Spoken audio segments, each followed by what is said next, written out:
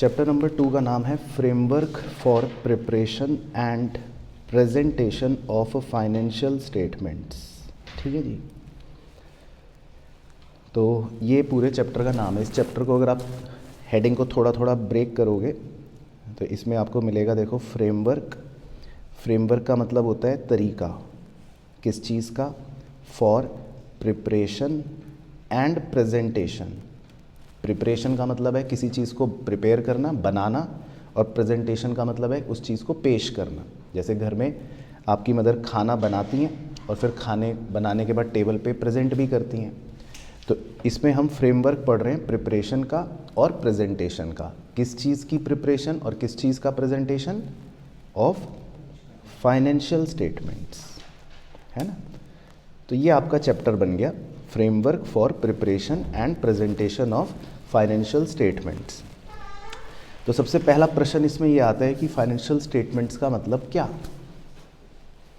तो बताओ जी, कौन बच्चा बताएगा कि फाइनेंशियल स्टेटमेंट का मतलब क्या?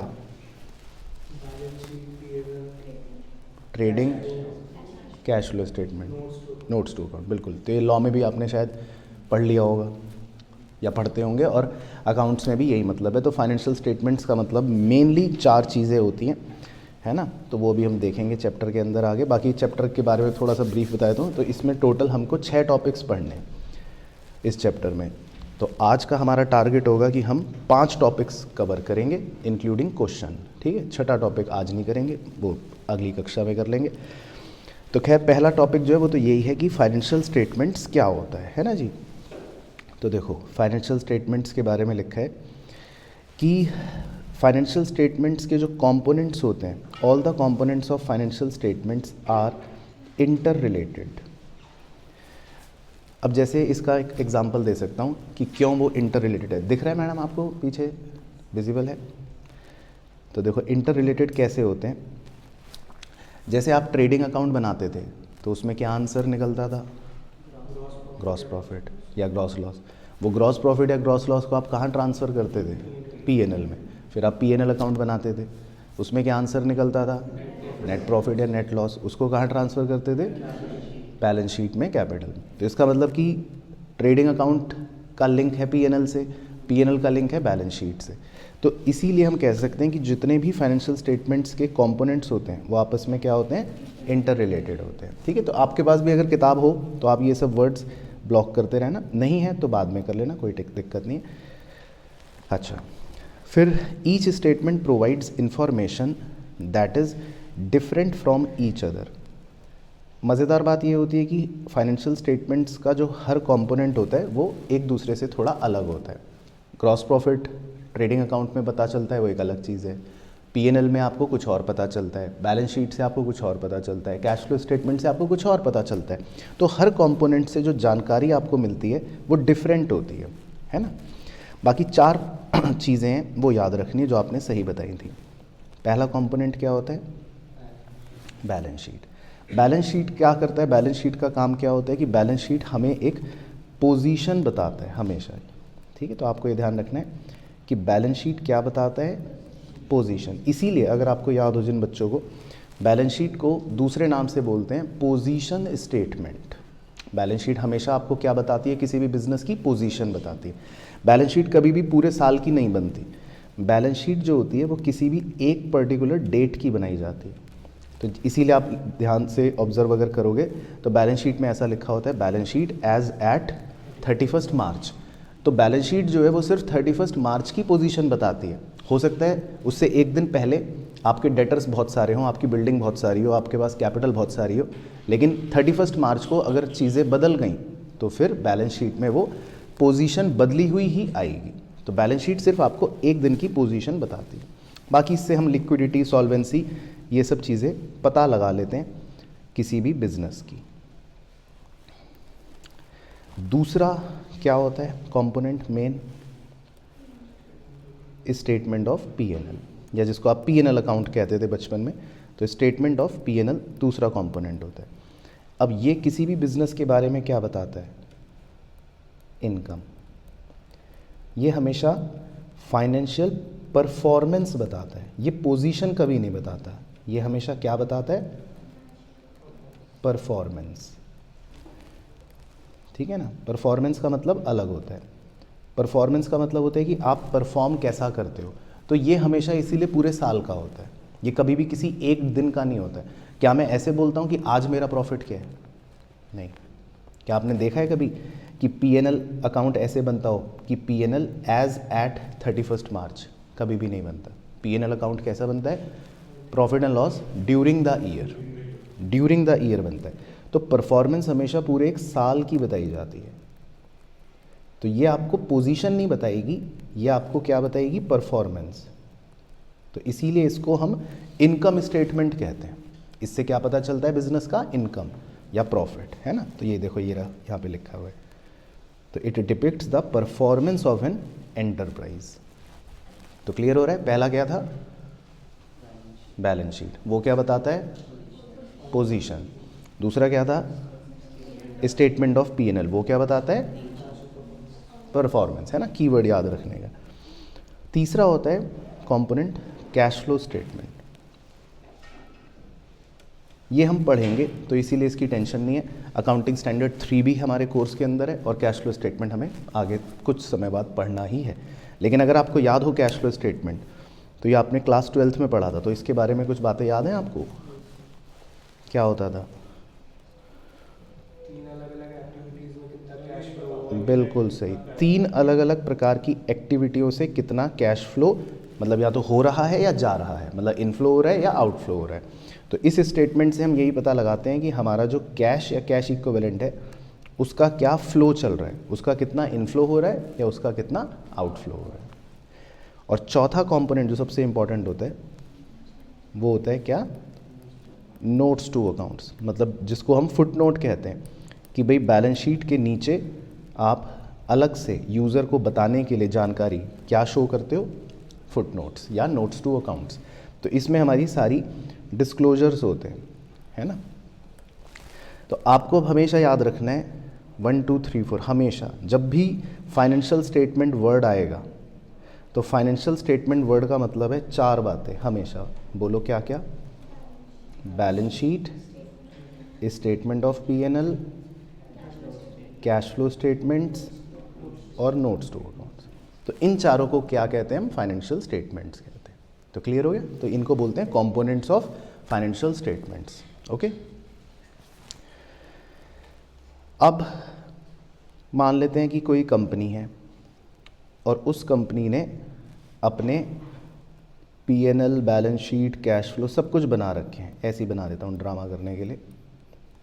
PNL, balance sheet, cash flow statement और नीचे नोट्स भी बना रखे हैं। ठीक है, कोई भी कंपनी है, एक्स कंपनी या रिलायंस कंपनी, कुछ भी समझ लो। तो अब मेरा आपसे ये क्वेश्चन है कि कौन कौन से लोग ऐसे हैं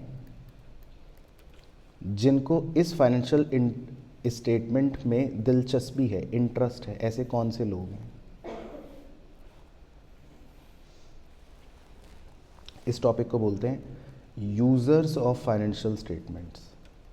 कि आखिर ऐसे कौन से लोग हैं जिन्हें फाइनेंशियल स्टेटमेंट्स में इंटरेस्ट होता है? शेयर होल्डर, मैनेजमेंट और क्रेडिटर, एम्प्लॉयज़, रिसर्चर्स, है ना। ये सब आपने बचपन में पढ़ा था जब आप बहुत छोटे छोटे बच्चे थे। तो वही टॉपिक है यहाँ पर दोबारा से कि यूज़र्स ऑफ फाइनेंशियल स्टेटमेंट, की फाइनेंशियल स्टेटमेंट के यूज़र्स कौन होते हैं। तो बहुत ही सिंपल टॉपिक है ये। तो देखो इसमें क्या क्या यूज़र्स दे रखे हैं। पहला यूज़र तो दे रखा है आपको इन्वेस्टर। तो इन्वेस्टर बताओ क्यों इंटरेस्टेड होता है, उसको क्या मतलब?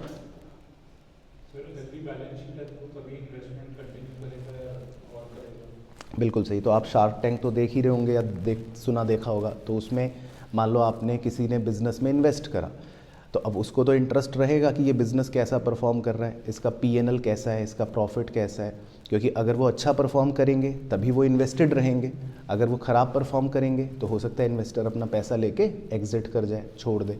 तो इन्वेस्टर को तो इसीलिए बहुत ज़्यादा इंटरेस्ट रहता है फाइनेंशियल इन्फॉर्मेशन में, क्योंकि उसने अपना पैसा उसमें इन्वेस्ट कर रखा है। तो उसको तो हमेशा ये चिंता रहती है कि मुझे कितना रिटर्न मिलने वाला है। तो इसीलिए इन्वेस्टर इंटरेस्टेड रहता है। दूसरा है एम्प्लॉयज़, तो उनको क्या पड़ी है, सैलरी टाइम से मिलेगी या नहीं, बोनस मिलेगा कि नहीं।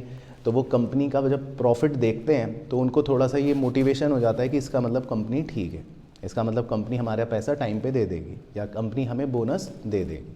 तो इसीलिए इन्वेस्टर जो होता है, सॉरी एम्प्लॉय जो होता है वो भी इंटरेस्टेड होता है। तीसरे लेंडर्स, लेंडर्स बोले तो जो लोग हमें क्रेडिट देते हैं, तो आप बैंक भी समझ सकते हो, क्रेडिटर भी समझ सकते हो, कुछ भी समझ सकते हो। तो उनको क्या दिलचस्पी है,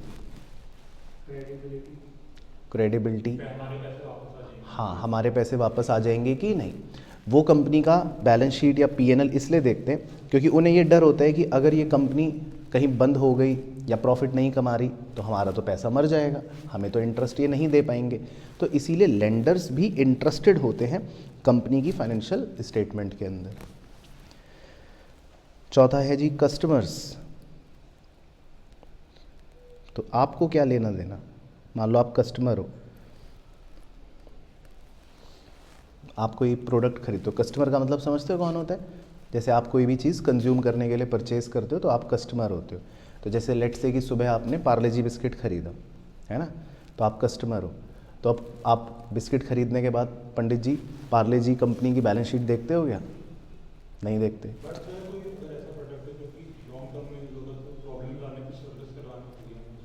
बिल्कुल सही, ये अच्छा उदाहरण है। अब जैसे आप मान लो कोई फ़ोन ले लिया या टेलीविज़न ले लिया या और बड़ा प्रोडक्ट ले लेता हूँ, गाड़ी ले ली, बिल्कुल सही। अब आप उसमें थोड़ा सा इंटरेस्टेड रहते हो कंपनी की फाइनेंशियल स्टेटमेंट में, गाड़ी के केस में खासकर।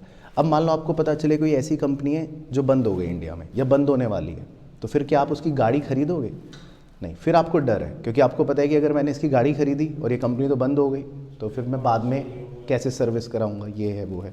तो कुछ प्रोडक्ट्स को लेकर कस्टमर भी चिंतित होता है, वो भी कंपनी के फाइनेंशियल स्टेटमेंट्स पर नज़र बनाकर रखता है या उसको भी कंपनी के फाइनेंशियल स्टेटमेंट में दिलचस्पी रहती है।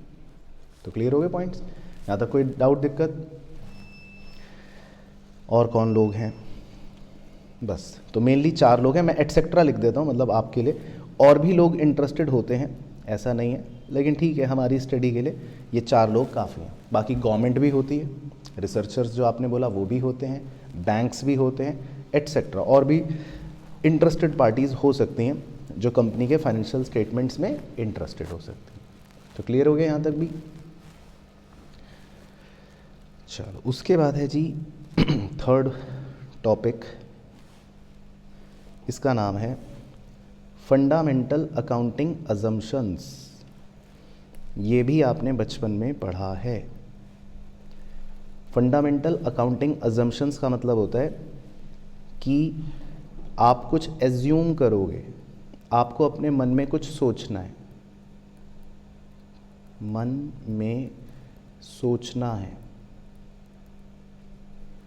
तो 3 बातें आपको हमेशा अपने मन में सोचनी होती हैं, उन 3 बातों को फंडामेंटल अकाउंटिंग अजम्पशंस कहते हैं। तो बताओ पंडित जी कौन कौन सी हैं 3 बातें।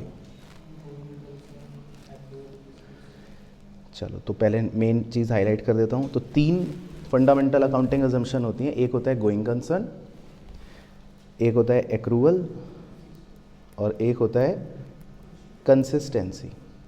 इन 3 चीज़ों को हम फंडामेंटल अकाउंटिंग अजम्पशन कहते हैं। यानी कि जब भी कोई मुंशी या जब भी कोई अकाउंटेंट अकाउंटिंग करता है तो वो 3 बातें हमेशा मन में सोचता है। क्या 3 बातें सोचता है? Going concern. तो 1 बाय 1 कवर करते हैं।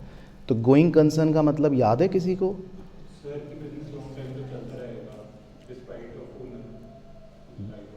ठीक है, लंबे अरसे तक बिजनेस चलता रहेगा, ये आपको सोचना है। ठीक है, आपको मन में क्या सोचना है कि बिजनेस लंबे समय तक चलता रहेगा और हमारा कोई भी इंटेंशन नहीं है इस बिजनेस को बंद करने का। तो इसको गोइंग कंसर्न कहते हैं कि भाई मतलब बिजनेस जो है वो लंबे फोर्सिएबल फ्यूचर तक चलता रहेगा और हम इसको अब कभी भी बंद नहीं करेंगे, ऐसा हमें सोचना है। हो सकता है कि कल को बंद हो जाए एक्चुअल में, लेकिन हम मन में क्या सोचते हैं कि बिजनेस चलता रहेगा। तो इसको बोलते हैं गोइंग कंसर्न। अच्छा, दूसरा एक्रूवल। एक्रूवल क्या होता है जी? फाउंडेशन में तब रिकॉर्ड करेंगे जब सेटलमेंट हुई तब नहीं। तो ये आपको कैसे पता? फाउंडेशन में फाउंडेशन में पढ़ लिया था, चलो बहुत अच्छी बात है। तो एक्रूअल का मतलब बिल्कुल यही होता है कि आप कुछ भी खर्चा या कोई भी इनकम कब रिकॉर्ड करते हो? जब वो होती है, जब ट्रांजैक्शन होती है। अब मान लो मैंने पैसे दिए 2 महीने बाद, तो उससे फ़र्क नहीं पड़ेगा। या मान लो मुझे पैसे मिल गए 3 महीने जल्दी, तो उससे फ़र्क नहीं पड़ेगा।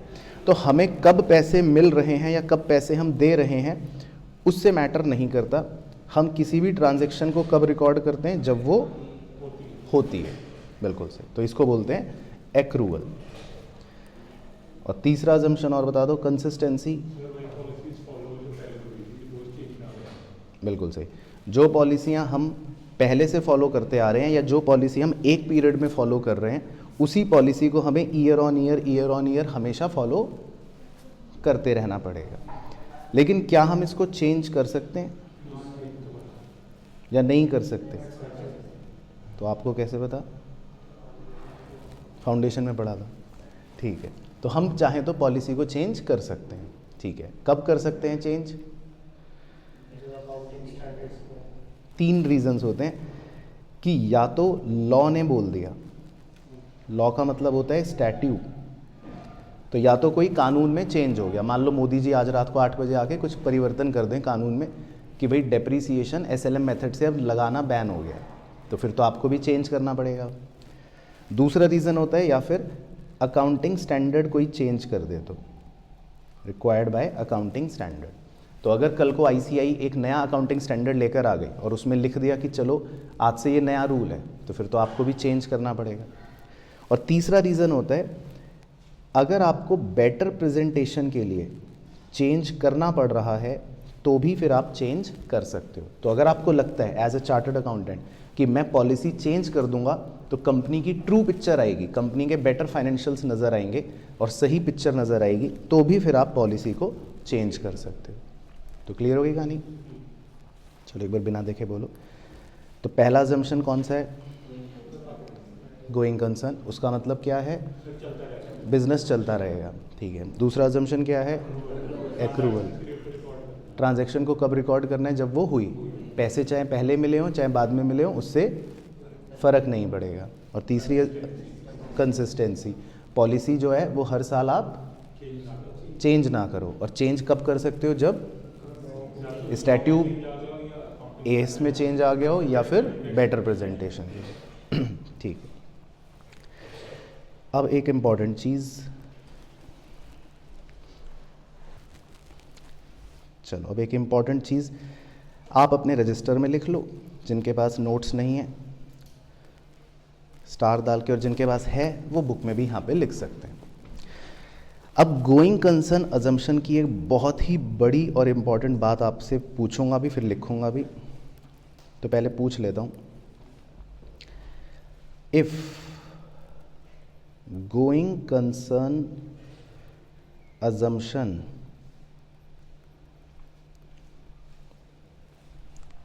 is invalid, then if going concern assumption is invalid, इसका मतलब है कि हम अब ये मान लें अगर कि गोइंग कंसर्न assumption जो है वो इनवैलिड हो गई। इनवैलिड का मतलब है कि आप मान लो आप मुंशी हो, तो आप तो अपने मन में क्या सोच रहे हो? बिजनेस चलता रहेगा। अब अचानक से बिजनेस का मालिक आया और उसने आपको कान में बताया कि मुंशी जी कल मैं बंद कर रहा हूँ, है ना? मुंशी ने, आप तो मुंशी हो, आप तो चार्टर्ड अकाउंटेंट हो, तो मालिक आया और मालिक ने आपको कान में बता दिया, ये चिट्ठी लिख के दे दिया कि मुंशी जी कल हम बिजनेस पे ताला लगा रहे हैं। तो क्या अब भी आप गोइंग कंसर्न सोचते रहोगे? अब तो नहीं। तो अब तो गोइंग कंसर्न अजम्पशन क्या हो गई? इनवैलिड हो गई। तो क्या होगा देन, मतलब तो क्या होगा? Differentiation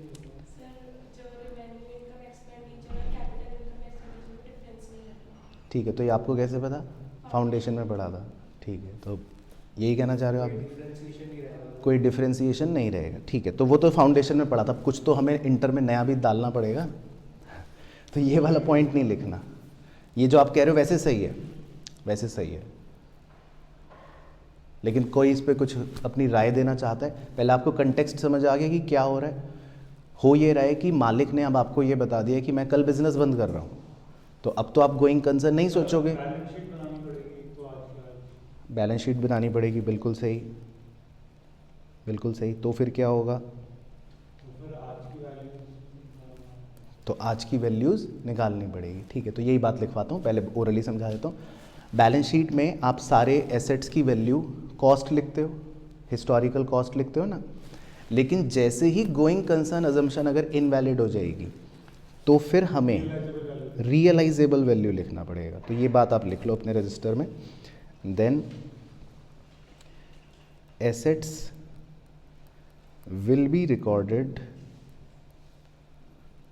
eight realisable value. तो तुरंत हमें नई बैलेंस शीट बनानी पड़ेगी, तुरंत हमें नया पीएनएल भी बनाना पड़ेगा, मतलब सब कुछ बनाना पड़ेगा, और उसमें सारी वैल्यूज़ को तुरंत प्रभाव से बदलना पड़ेगा, और फिर हमें सब कुछ रियलाइजेबल वैल्यू पर लेना पड़ेगा।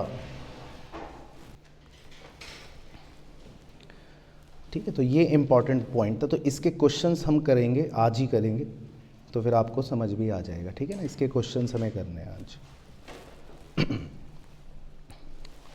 तो खैर, तो पहले यहाँ तक क्लोज कर दूँ मैं, तो सबको तीनों एजम्पशन बिल्कुल क्लियर हो गई, गोइंग कंसर्न, कंसिस्टेंसी वाली और एक्रूवल वाली।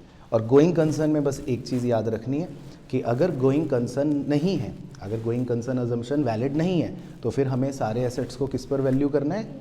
रियलाइजेबल वैल्यू पर। ये हम अभी क्वेश्चन भी करके सीख जाएंगे। चलो, इसके बाद बढ़ते हैं आगे अगले छोटे से टॉपिक पर। अगला टॉपिक है, ये भी शायद आपने सीए फाउंडेशन में पढ़ा हो, इसका नाम है जी qualitative characteristics of financial statements. Qualitative characteristics, तो ये मैं थोड़ा सा समझा देता हूँ इसका क्या मतलब होता है। क्वालिटेटिव कैरेक्टरिस्टिक का मतलब होता है कि हमारे फाइनेंशियल स्टेटमेंट्स में क्या क्वालिटी होनी चाहिए। जैसे हम किसी भी व्यक्ति की बात करते हैं, किसी पर्सन की बात करते हैं, तो हम कहते हैं ना कि ये पर्सन तो बड़ा हार्ड वर्किंग है, इसकी क्वालिटी बताओ। तो आप क्या कहते हो कि ये पर्सन तो बड़ा डिसिप्लिन्ड है, बड़ा हार्ड वर्किंग है, तो आप उसकी क्वालिटी बताते हो। तो इसी तरह इस टॉपिक का मतलब है कि फाइनेंशियल स्टेटमेंट्स के क्या क्वालिटी होनी चाहिए। जैसे आपने बैलेंस शीट बनाई या आपने पीएनएल बनाया, तो बैलेंस शीट में क्या क्वालिटी होनी चाहिए, पीएनएल में क्या क्वालिटी होनी चाहिए। हाँ, तो ये 4-5 क्वालिटीज़ होती हैं बेसिकली। ठीक है, तो देखो, पहली क्वालिटी होती है अंडरस्टैंडेबिलिटी। तो अंडरस्टैंडेबिलिटी का मतलब क्या, समझ में आनी चाहिए, सिंपल। अंडरस्टैंडेबिलिटी का मतलब क्या है कि जो भी मैं फाइनेंशियल स्टेटमेंट बना रहा हूँ वो मेरे यूज़र को ईजीली समझ में आनी चाहिए, उसमें सारी जानकारी इस तरह से प्रेजेंट हो कि मेरा यूज़र जो है वो सब कुछ समझ जाए। अगर मैं अजीब सी बना दूँ, किसी को समझ ही नहीं आए, तो फिर क्या फ़ायदा, फिर तो वो बेकार हो गया। तो इसीलिए पहली क्वालिटी को क्या बोलते हैं? अंडरस्टैंडेबिलिटी। ये कीवर्ड है ना, तो ये लिखना पड़ेगा एग्ज़ाम में। तो इसमें यही दे रखा है कि information should present information in a manner as to be readily understandable by the user with reasonable knowledge of business and economic activities and accounting। तो मतलब सिंपल भाषा में ये कि इन्फॉर्मेशन इस तरह से प्रेजेंट होनी चाहिए कि वो आसानी से समझ आ जाए हमारे यूज़र को। उसके बाद दूसरी क्वालिटी, नंबर 2, दूसरी क्वालिटी का नाम है, ब्लॉक कर देते हैं, रेलिवेंस। तो रेलिवेंस का मतलब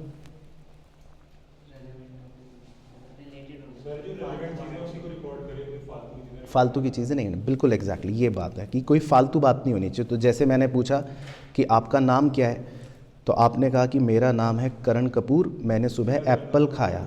हाँ, और मैंने सुबह एप्पल खाया और फिर मैं लाल कलर की टी शर्ट पहन के निकल गया, तो इसका मतलब आपने फालतू की बात करी। तो फाइनेंशियल स्टेटमेंट में भी कोई भी इररेलीवेंट बात नहीं होनी चाहिए। तो ये बात देखो, सेकंड लाइन इंपॉर्टेंट है, आप ये वाली येलो वाली पढ़ना कि irrelevant information creates confusion and can be even more harmful than non disclosure. तो रेलिवेंस का मतलब यही है कि कोई भी फालतू बात नहीं होनी चाहिए, क्योंकि कोई भी अगर आप फालतू बात करते हो, इररेलीवेंट इंफॉर्मेशन देते हो, तो उससे कन्फ्यूजन क्रिएट होगा यूज़र को, और उससे हो सकता है कि मतलब बड़ा नुकसान हो, रादर जो हम नॉन डिस्क्लोजर करते उसकी अपेक्षा में। तो हमें कोई भी फालतू बात नहीं करनी। तो ये भी एक क्वालिटी हो गई, इसको बोलते हैं रेलिवेंस। अच्छा, रेलिवेंस के अंदर ही एक सब पॉइंट आता है कि there should be timely disclosure and a proper balance between benefit and cost. तो इस पर भी कुछ आप राय प्रकट कीजिए। सर टाइम टू टाइम बताते रहना चाहिए हमें कि मतलब एवरी 3 मंथ हमें अपनी बैलेंस शीट को बनानी चाहिए। हाँ, मतलब एवरी 3 भी ना बोलूँ तो थोड़ा सा और समझाने के लिए, अब मान लो आप 10 साल बाद बैलेंस शीट बनाकर यूज़र को दिखा रहे हो कि देखो यूज़र, ये रही मेरी कंपनी, तो अब उसका तो कोई फ़ायदा नहीं है। तो हमें यूज़र को जो इन्फॉर्मेशन प्रोवाइड करनी है वो कैसे करनी है, टाइमली बेसिस पर। तो इसीलिए लिखा है timely disclosure should be there. ऐसा नहीं है कि आपने 10 साल बाद बैलेंस शीट बनाकर दिखा दी, वो बेकार है। And proper balance between benefit and cost, इसका मतलब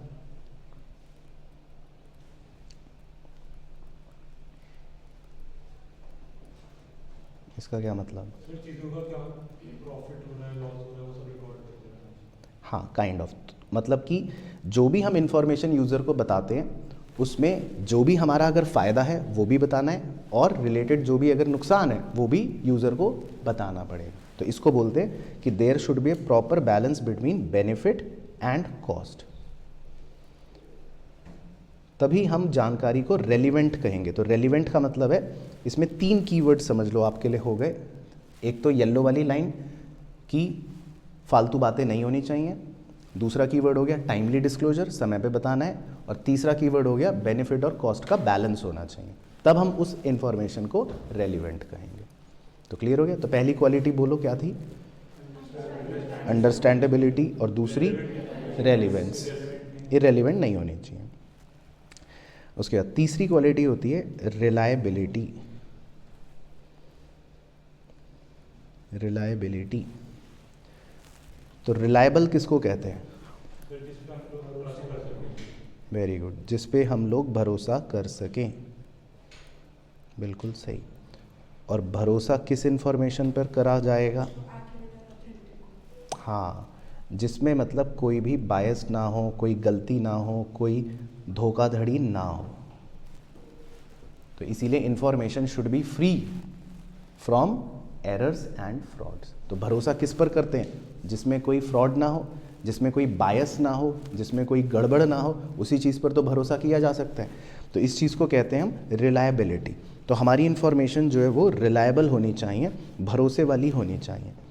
अब इस पर एक क्वेश्चन कभी कभी पूछ लेता है थ्योरी के अंदर कि आप रिलायबल इंफॉर्मेशन किसे कहेंगे? तो सर 5 बातें, आर का सिंबल है, मतलब रट लेना एग्जाम के लिए। तो 5 बातें होनी चाहिए तब हम उसको रिलायबल कहेंगे। तो बताओ जी 5 बातें क्या क्या होनी चाहिए? पहला तो ये कि सारे ट्रांजैक्शन और इवेंट्स जो हैं वो फेथफुली रिप्रेजेंटेड हों। फेथफुली रिप्रेजेंटेड का मतलब हाँ, जैसे हैं वैसे ही रिकॉर्ड होने चाहिए। मतलब किसी भी ट्रांजैक्शन में ऐसा नहीं है कि आपने गलत रिकॉर्ड कर दिया हो। तो फेथफुली रिप्रेजेंटेड का मतलब कि ट्रू पिक्चर शो करने चाहिए, पहली क्वालिटी। सेकंड वाली भी स्किप कर रहा हूँ। तीसरी वो भी सिंपल है कि सारे ट्रांजैक्शन और इवेंट्स जो हैं वो फ्री होने चाहिए। किससे? बायस से। मतलब कि कोई विंडो ड्रेसिंग कर दी आपने, या आपने जानबूझ के कुछ प्रॉफिट ज़्यादा दिखाने की कोशिश कर दी, आप बायस हो गए, ऐसा नहीं होना चाहिए। तो आपके ट्रांजैक्शंस और आपके इवेंट्स क्या होने चाहिए? फ्री फ्रॉम बायस। तो ये दोनों तो सिंपल हो गए पॉइंट। उसके बाद चौथी है, या 5वीं पहले कर लेता हूँ, इन्फॉर्मेशन मस्ट बी कंप्लीट होनी चाहिए। यानी कि कोई भी अधूरी जानकारी नहीं होनी चाहिए, कोई भी इनकम्प्लीट जानकारी नहीं होनी चाहिए। तो आपकी सारी इन्फॉर्मेशन कैसी होनी चाहिए? कंप्लीट होनी चाहिए, तभी उस पर भरोसा किया जा सकता है। तो ये 3 पॉइंट तो सिंपल हो गए। एक बार रिपीट कर लो। पहला कीवर्ड क्या है? फेथफुली रिप्रेजेंटेड, फ्री फ्रॉम बायस और कंप्लीट। तो 3 तो सिंपल हो गए, लेकिन 2 बड़े इंपॉर्टेंट है, इनको अलग से ब्लॉक कर देता हूँ इसीलिए कि ट्रांजैक्शन एंड इवेंट्स जो भी हम रिकॉर्ड करें उसमें सब्सटेंस ओवर फॉर्म का प्रिंसिपल यूज करना बहुत ज़रूरी है। तो सब्सटेंस ओवर फॉर्म क्या होता है? Substance over form CA foundation, economic reality में अकाउंटिंग करनी चाहिए। ना कि बाकी क्या कहते हैं जो लीगल रियलिटी। बिल्कुल सही। सब्सटेंस ओवर फॉर्म का मतलब है कि हमें जो इकोनॉमिक रियलिटी है, यानी कि जो सच्चाई है, उसको ज़्यादा इम्पोर्टेंस देनी है रादर देन जो लीगल रियलिटी है, उसको लीगल फॉर्म कहते हैं। अब इसको मैं एक एग्जांपल से समझाता हूँ, सेम एग्जांपल जो सीए फाउंडेशन में देता हूँ। मान लो आपने एक बिल्डिंग परचेज करी 27 मार्च 2023 वाले दिन, ठीक है जी। आपने एक बिल्डिंग खरीदी और आपने 35 लाख रुपए पे कर दिए। अब बिल्डिंग, आपको पता ही है कि बिल्डिंग जब आप खरीदते हो तो उसका फिर लीगल डॉक्यूमेंटेशन होता है जिसको बोलते हैं रजिस्ट्रेशन, रजिस्ट्री। तो वो रजिस्ट्री होते होते मान लेते हैं 12-15 दिन लग गए और 10 अप्रैल वाले दिन कंप्लीट हुआ लीगल प्रोसेस और आप बिल्डिंग के लीगल ओनर बन गए, जिसको बोलते हैं रजिस्ट्री। तो आपके नाम पर बिल्डिंग रजिस्टर हो गई। लेकिन 27 मार्च के 4 दिन बाद एक दिन आता है जिसको हम बोलते हैं ईयर एंड, 31 मार्च। अब मेरा आपसे क्वेश्चन ये है कि 31 मार्च वाले दिन आप अपनी बुक्स में क्या बिल्डिंग शो करोगे या नहीं? करेंगे। जबकि बिल्डिंग आपके नाम पर लीगली अभी नहीं है। बिल्डिंग आपके नाम पर लीगली कब हो रही है? 10 दिन बाद। लेकिन क्वेश्चन आपसे ये पूछा जा रहा है कि क्या आप 31 मार्च वाले दिन इस बिल्डिंग को अपनी बुक्स में शो करोगे? तो यस, आप क्यों कह रहे हो यस? हाँ, तो यस इसीलिए कह रहे हो क्योंकि आप सही सोच रहे हो। क्योंकि इकोनॉमिक रियलिटी क्या है कि हमने बिल्डिंग खरीद ली। इकोनॉमिक रियलिटी क्या है? हमने बिल्डिंग खरीद ली। जबकि लीगल रियलिटी या लीगल फॉर्म क्या है कि बिल्डिंग हमारे नाम पर 10 तारीख को ट्रांसफ़र हो रही है।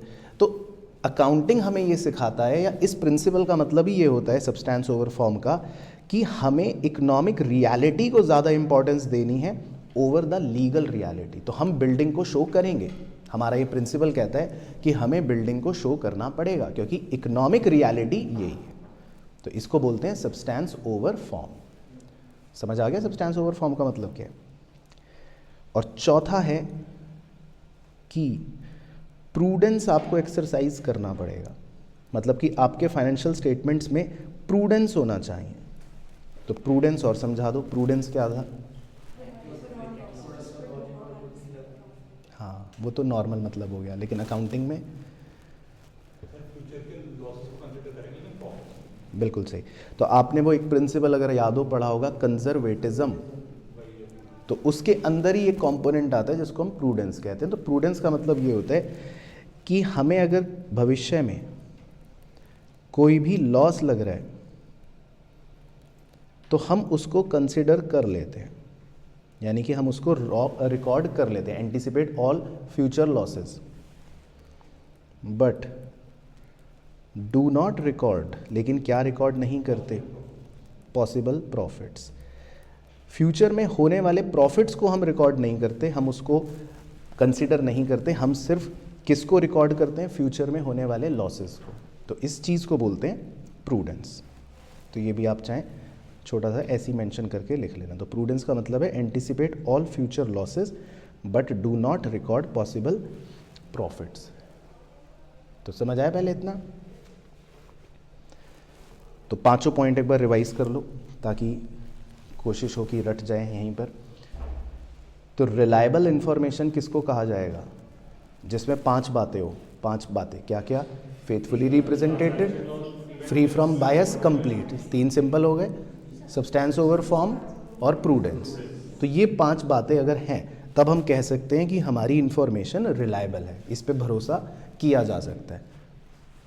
ठीक है, तो पीछे से शुरू करो। पहली क्वालिटी अंडरस्टैंडेबिलिटी, दूसरी रेलिवेंस और तीसरी रिलायबिलिटी। अब आते हैं चौथी पर। वो सिंपल है, वो तो आप नाम से ही समझ जाओगे। चौथी क्वालिटी है कंपैरेबिलिटी। तो कंपैरेबिलिटी का मतलब जो इजीली कंपेयर आप कर सकते हो, वेरी सिंपल है ना।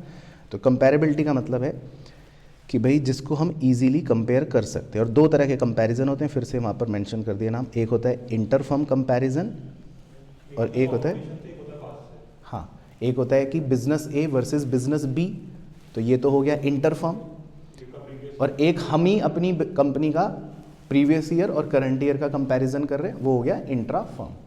तो दोनों तरह के कंपैरिजन को मतलब कंसिडर किया गया है ना। हाउएवर, एक लाइन दे रखी है, same should not be confused with uniformity.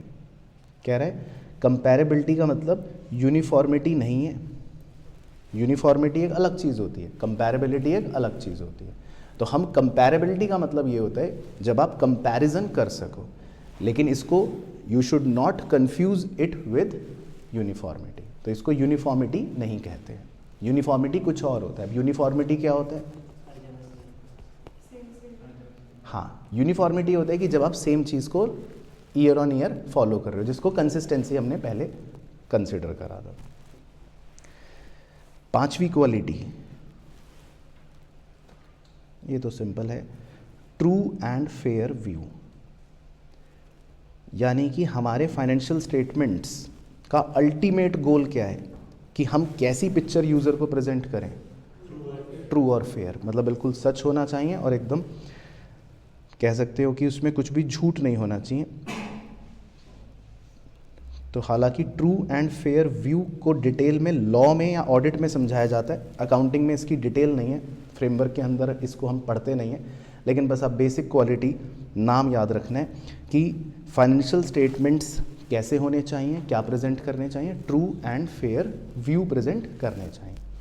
तो ये अपने आप में आपका एक 5 नंबर का फुल थ्योरी क्वेश्चन बन जाता है। क्वेश्चन यहाँ से पूछता है कि क्वालिटेटिव कैरेक्टरिस्टिक्स बताओ फाइनेंशियल स्टेटमेंट के। तो एक बार बोल लेते हैं, पहला क्या है? अंडरस्टैंडेबिलिटी। दूसरा रेलिवेंस।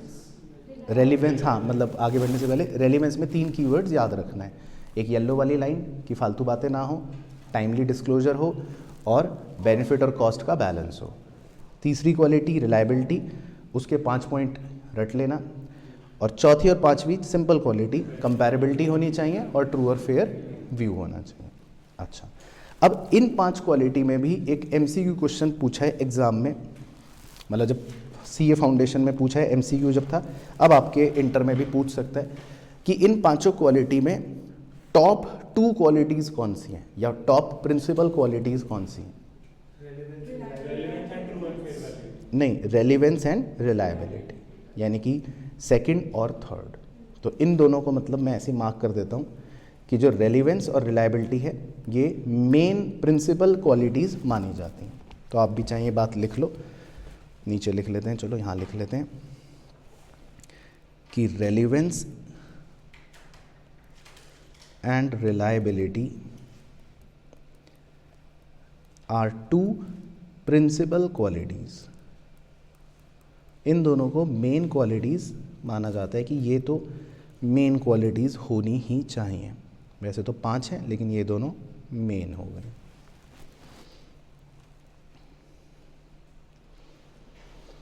तो ये भी मतलब आपका एक टॉपिक पूछ लेता है, ठीक है। तो यहाँ तक सब बच्चे बिल्कुल ओके, कंफर्टेबल। चलो अगला टॉपिक, वो छोटा टॉपिक है वो भी, इसका नाम है measurement basis of elements of financial statements. यानी कि फाइनेंशियल स्टेटमेंट्स में जो एलिमेंट्स होते हैं, है ना, आप उन्हें मेजर कैसे करोगे।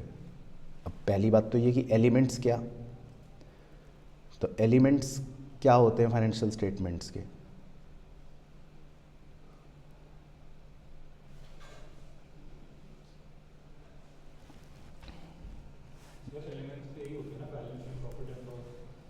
वो कंपोनेंट्स हैं, वो तो फाइनेंशियल स्टेटमेंट्स हैं।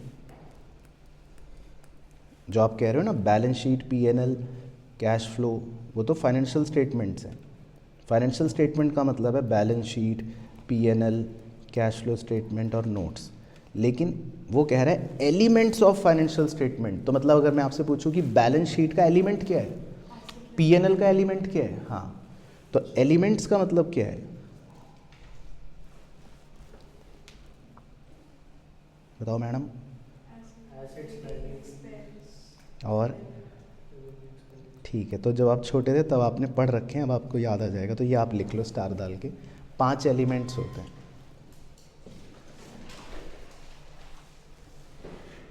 वही जो बोल रहे हो है ना, वही तो एलिमेंट्स हैं भाई, वही तो एलिमेंट्स हैं। बैलेंस शीट में क्या होता है, एसेट लायबिलिटी। पीएनएल अकाउंट में क्या होता है, मतलब इनकम और एक्सपेंस। तो बस ये आपके एलिमेंट्स होते हैं। तो 5 एलिमेंट्स लिख लेते हैं। एक हो गया एसेट्स, एक हो गया लायबिलिटीज,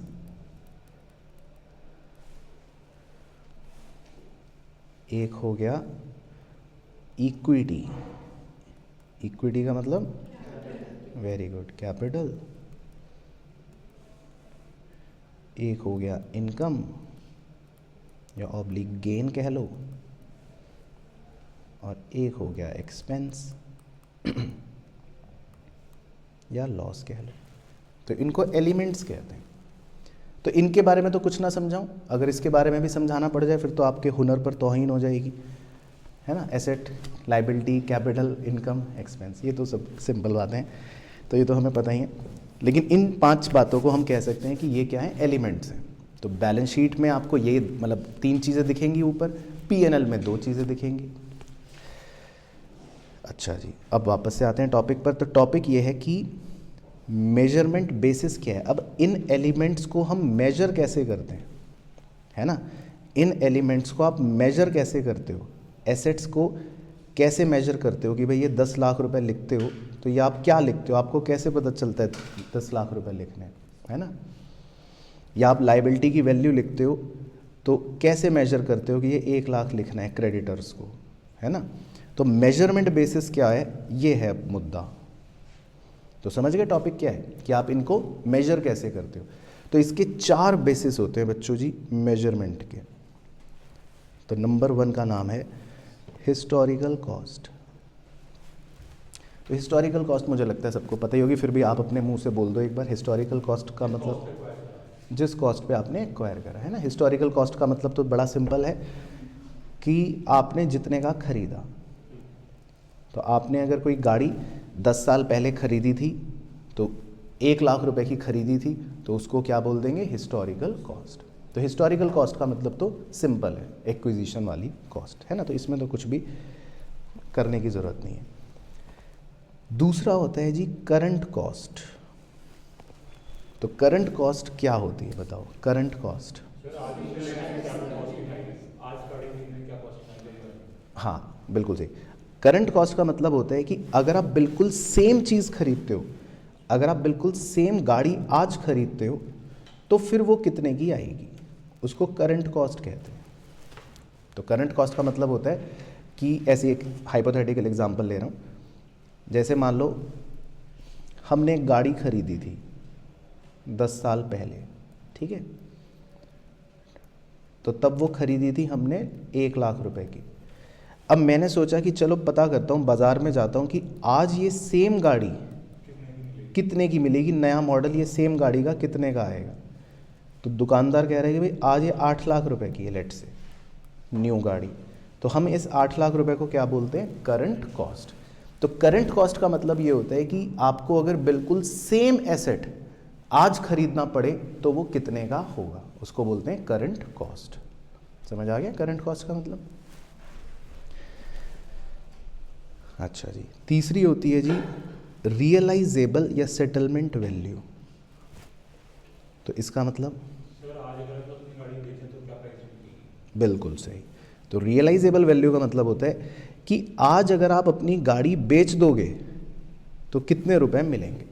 तो इसका मतलब होता है रियलाइजेबल वैल्यू, कि आज अगर मैं अपनी गाड़ी बेच दूं, ये वाली मेरी गाड़ी कौन सी है, ये लाल वाली। तो अगर मैं आज अपनी ये लाल गाड़ी बेच दूं तो लेट से कि इसको अगर मैं बेचूंगा तो मुझे 50,000 रुपये मिलेंगे। तो इस 50,000 रुपये को क्या बोलेंगे, रियलाइजेबल वैल्यू। तो रियलाइजेबल वैल्यू का मतलब है कि आज अगर आप अपनी गाड़ी बेच देते हो, अपना एसेट बेच देते हो, तो आपको कितने रुपए मिलेंगे। और सिमिलरली लायबिलिटी के लिए भी, कि आज अगर आपको लायबिलिटी सेटल करनी हो तो आपको कितने रुपए देने पड़ेंगे, तो वो हो गई रियलाइजेबल वैल्यू। तो पहले ये 3 क्लियर हो गए, इसमें तो कोई डाउट नहीं है, ठीक है। चौथा इम्पॉर्टेंट है, ये होता है प्रेजेंट वैल्यू। तो इसमें जो अंग्रेज़ी लिखी है वो आप छोड़ देना, एक लाइन जो मैं लिखवा रहा हूँ वो आप लिखना प्रेजेंट वैल्यू की। तो इसमें लिखना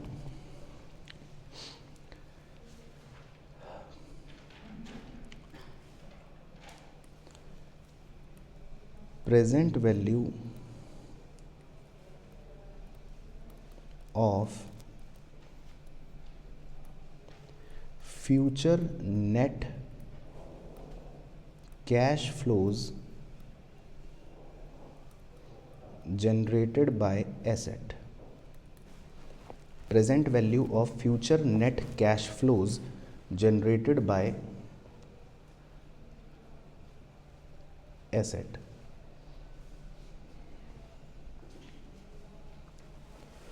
तो ये मैं समझा देता हूँ आपको एक एग्जांपल से कि इसका क्या मतलब है। Future net cash flows generated by asset. तो वैसे मुझे, लेकिन आप ऑनेस्टली बताओ, आपने प्रेजेंट वैल्यू वर्ड सुन रखा है कभी? कहाँ सुना था प्रेजेंट वैल्यू? अच्छा, वो सीए फाउंडेशन में सुन रखा होगा ना, मैथ्स के अंदर। स्टॉक मार्केट में भी यूज़ होता है वो, तो मतलब प्रैक्टिकल एस्पेक्ट हो गया। चलो ठीक है, मैं आपको एक सिंपल कहानी से समझाता हूँ कि आखिर प्रेजेंट वैल्यू किसे बोलते हैं। देखो, हम कोई एसेट खरीदने का सोचते हैं, हम कोई एसेट की बात करते हैं। लेट से मैं एक मशीन खरीदना चाहता हूँ आज, ठीक है। अब मुझे ये पता है कि अगर मैं ये मशीन खरीदूँगा तो इस मशीन से मुझे हर साल 10,000 रुपये कमाने को मिलेंगे।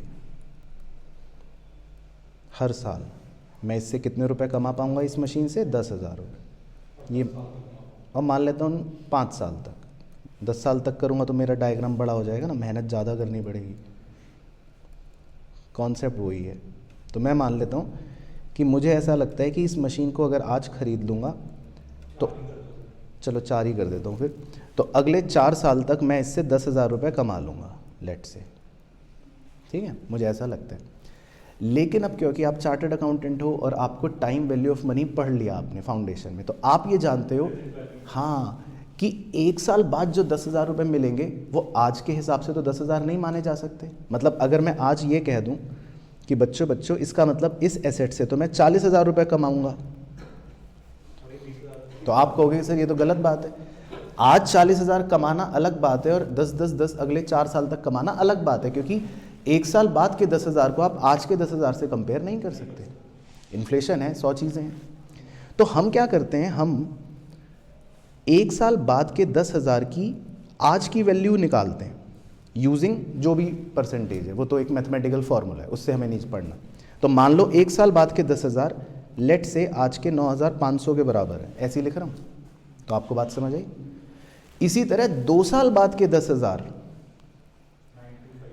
मान लेते हैं आज के 9200 के बराबर है। इसी तरह 3 साल बाद के 10,000 आज के 8500 के बराबर है, ऐसे लिख रहा हूँ रैंडमली बिना दिमाग लगाए। और इसी तरह 4 साल बाद के 10,000 लेट से आज की 8,000 रुपये के बराबर है। तो हम इस मशीन से ये मानेंगे ना कि भाई एक तरह से मशीन हमें कितना इनफ्लो दे रही है, नेट जो भी आएगा इनका टोटल कितना आएगा, 35,200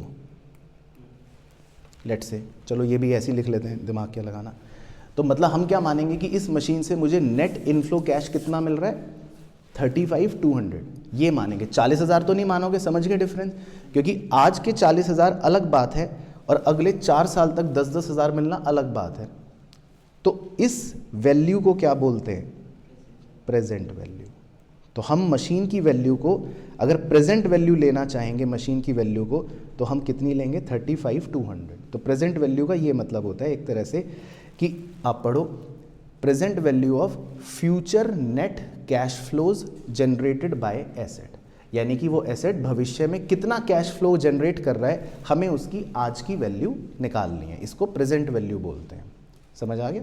बाकी जो डब्बे में आपको दे रखा है वो उसका मैथमेटिकल फॉर्मूला है, वो खैर आपके लिए वैसे रेलिवेंट नहीं है, वो आप छोड़ दो, वो आप एफएम में भी पढ़ लोगे, तो इसीलिए वो ज़्यादा मैटर नहीं करता। बट प्रेजेंट वैल्यू समझ आ गई कि क्या होती है। कि फ्यूचर में जो भी कैश फ्लो होगा उसकी आज की वैल्यू। तो क्लियर है यहाँ तक? बिल्कुल ओके हो गया। तो एक बार चारों मेजरमेंट बेसिस और बता दो क्या क्या हो गए। हिस्टोरिकल कॉस्ट, वो तो मतलब ये कि आपने पहले कितने का खरीदा। करंट कॉस्ट, सेम गाड़ी आज अगर खरीदते हो तो कितने की होगी। रियलाइजेबल वैल्यू, अपनी गाड़ी बेचोगे तो कितने रुपए मिलेंगे। और प्रेजेंट वैल्यू, ये इंपॉर्टेंट था कि आपका एसेट भविष्य में जो भी कैश फ्लो जनरेट कर रहा है उसकी आज की वैल्यू, प्रेजेंट वैल्यू क्या है, तो उसको बोलते हैं प्रेजेंट वैल्यू। तो क्लियर हो गया अभी? चलो तो ये हो गए मतलब उतने पोर्शन जो हमें पढ़ने थे। तो अब आप देख लो कि आपको अच्छे से यहाँ तक की कहानी समझ आ गई। चलो तो अब आप रजिस्टर और कैलकुलेटर और पेन निकाल लो। अब हम क्वेश्चंस करेंगे इस बादल से रिलेटेड, जो क्वेश्चन है और जो एग्ज़ाम में आए हैं वो मैं आपको करके सिखाऊंगा।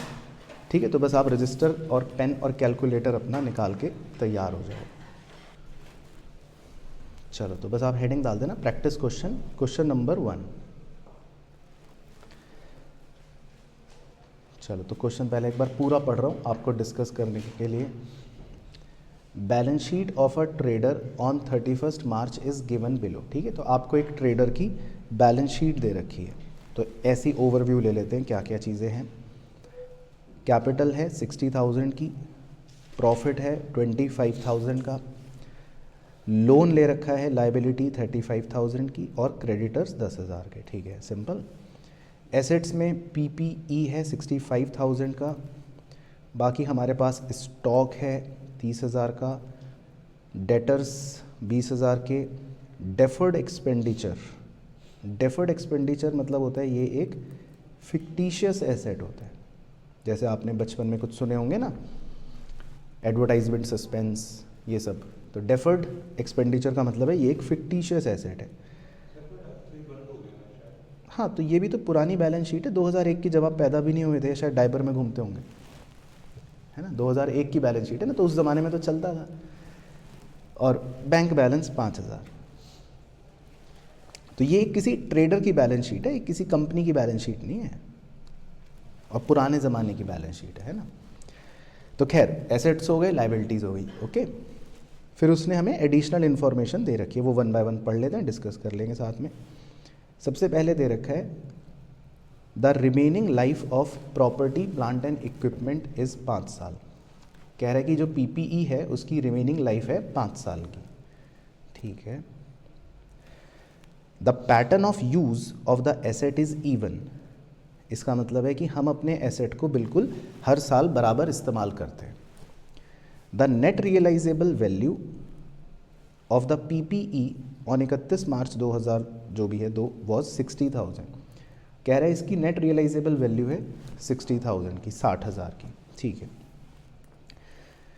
B, traders purchase and sales in 2001-2 amounted to rupee 4 lakh and 4.5 lakh respectively. तो ये उसने 4 लाख रुपए की परचेज बता दी और 4.5 लाख रुपए की सेल बता दी उसकी। ठीक है। C, cost and net realisable value of the stock on 31 March 2002 वर। कह रहे 31 मार्च 2002 का स्टॉक की कॉस्ट है 32,000 और एनआरवी है 40,000। ठीक है। उसके बाद डी, एक्सपेंसेस ब्रैकेट में लिखा है including interest on 10% loan of 35,000 for the year amounted to rupee 14,900। कह रहा है हमारे खर्चे भी हैं 14,900 के, उसके अंदर कह रहा है इंटरेस्ट इंक्लूडेड है 3,500 रुपये का। एक बार चेक कर लें। तो 35,000 का लोन है, तो अगर आप 10% इंटरेस्ट वैसे खुद भी निकालोगे तो 3,500 ही आएगा। तो बस उसने इन्फॉर्मेशन दे दी। तो 14,900 के अंदर इंटरेस्ट भी इंक्लूडेड है। E, deferred expenditure is amortised equally over 4 years. कह रहे डेफर्ड एक्सपेंडिचर को 4 साल में आप इक्वली अमोर्टाइज कर देना। हाँ, तो मतलब ये है कि हम हर साल इसको 2500 2500 2500 2500 राइट ऑफ करते रहेंगे। उसके बाद F, trade receivables as on 31 March 2002 is 25,000 रुपये, ऑफ विच 2,000 इज डाउटफुल, तो ये हो गए डाउटफुल वाले। Collection of another 4,000 depends on successful reinstallation of certain product supplied to the customer. तो ये क्या स्टोरी है ये समझा देता हूँ। देखो, अब हमारे डेटर्स जो हैं 25,000 के, उनमें से 2,000 के तो क्या हैं, डाउटफुल। तो मान लो ऐसे, मान लो जैसे ये मेरी पूरी क्लास है, ये मेरे डेटर्स हैं, तो इनमें से मुझे इस पर तो डाउट है कि ये 2,000 नहीं देगा, तो ये तो डाउटफुल हो गया। अब इनसे मुझे 4,000 कलेक्ट करने थे इन भाई साहब से, तो ये भाई साहब कह रहे हैं कि सर जब आप सक्सेसफुल रीइंस्टॉल करोगे ना एक प्रोडक्ट को, तभी मैं दूंगा 4,000, नहीं तो नहीं दूंगा। तो ये 4,000 का कलेक्शन किस बात पर निर्भर कर रहा है कि मैं सक्सेसफुली रीइंस्टॉल कर दूं एक सर्टेन प्रोडक्ट। अगर वो नहीं कर पाया रीइंस्टॉल तो फिर ये पैसे नहीं देगा। समझ आ गई अंग्रेजी कि collection of another 4,000 depends on successful reinstallation of a certain product supplied to the customer. तो ये 4,000 भी मतलब अभी मतलब कहानी में फंसे हुए हैं। अगर मैं रीइंस्टॉल कर लूँगा तो मिल जाएंगे, नहीं कर पाऊँगा तो नहीं मिलेंगे। उसके बाद G, closing trade payable is 12,000, ठीक है, मतलब creditors, which is likely to be settled at 5% discount. इसका मतलब है कि अगर मैं इन्हें आज ही सेटल कर दूं तो 600 रुपये कम होंगे। हाँ, तो मुझे 600 रुपये की छूट मिल जाएगी। तो मेरे क्रेडिटर्स कह रहे हैं कि भाई आज सेटल कर दोगे तो 5% डिस्काउंट ले लेना। उसके बाद H, cash balance as on 31 March 2002 is 37,100। तो ये उसने हमारा कैश बैलेंस दे रखा है, ठीक है। और I, there is an early repayment penalty for the loan 2,500 रुपये। ये पॉइंट समझा देता हूँ, शायद आपको ना पता हो प्रैक्टिकली। मेरी बैलेंस शीट में आपने देखा था एक लोन है ना, ये वाला 35,000 का। तो अब मैं बैंक से कहता हूँ कि बैंक मैं इस लोन को पे कर दूँ जल्दी। जल्दी पे करने को कहते हैं प्री पेमेंट। जैसे मैं आपको अपना एग्जांपल लेता हूँ, जब शुरू में मेरी नौकरी लगी तो मैंने बैंक से एक होम लोन लिया 15 साल का, लेकिन 4-5 साल बाद ही मेरे पास पैसे अच्छे इकट्ठे हो गए, तो मैं बैंक में गया, मैंने कहा कि वो 15 साल का जो लोन है वो मैं पहले पे कर देता हूँ। तो बैंक इस बात के चार्जेस लेता है क्योंकि बैंक का नुकसान हो गया एक तरह से। तो अगर आप अपने लोन को भी वापस पे करने जाते हो बैंक के पास और जल्दी पे करने जाते हो, उसको प्री पेमेंट कहते हैं। और बैंक इस बात के बदले में भी आपसे पैसे चार्ज करता है कि भाई जल्दी क्यों दे रहे हो, समय से दो। लेकिन मैंने कहा भाई मेरे पास तो पैसे इकट्ठे हो गए, तो बैंक कहता है ठीक है फिर दे दो और चार्जेस और देने पड़ेंगे। तो ये स्टोरी होती है। तो there is an early repayment penalty for the loan 2,500। तो अगर मैं जल्दी लोन रीपे कर दूंगा तो मुझे कितने रुपए एक्स्ट्रा पे करने पड़ेंगे, 2,500। तो पहले पॉइंट समझ आ गया, थोड़ी थोड़ी कहानी है। अब ये क्वेश्चन 10 नंबर का क्वेश्चन है एग्जाम का। लास्ट लाइन पढ़ो तो अब आपके होश उड़ जाएंगे। You are required to prepare P&L accounts and balance sheets of the trader in both cases. ये ट्विस्ट है, हमें 2 केसेस में P&L और बैलेंस शीट बनाना है। पहला केस है एज्यूमिंग गोइंग कंसर्न, मतलब पहले हम क्या सोच रखेंगे कि ये बिजनेस चलता रहेगा। पहले हमें P&L और बैलेंस शीट क्या सोच के बनाना है, बिजनेस चलता रहेगा 10 साल 20 साल 50 साल तक। लेकिन फिर दूसरे केस में क्या सोचेंगे, नॉट गोइंग कंसर्न, कि आज बंद हो रहा है। दूसरे केस में हम क्या सोचेंगे कि बिजनेस आज ही बंद हो रहा है। तो हमें दोनों सोच के हिसाब से P&L और बैलेंस शीट बनाने हैं। तो क्लियर हो गया जी। चलो, तो मैं प्रेजेंटेशन भी मैं ही करवाऊंगा, कैसे करना है एग्जाम में वो सब बातें मैं करवाऊंगा। तो बस आप सॉल्यूशन लिख लो मेरे साथ साथ, ठीक है। और प्रेजेंटेशन मैं जैसे करूंगा वैसे वैसे आप भी करते रहना। चलो, तो हमें 2 चीज़ें मेनली प्रिपेयर करनी है, ठीक है ना। तो पहला हम बनाते हैं P&L account for the year ended 31 March 2002।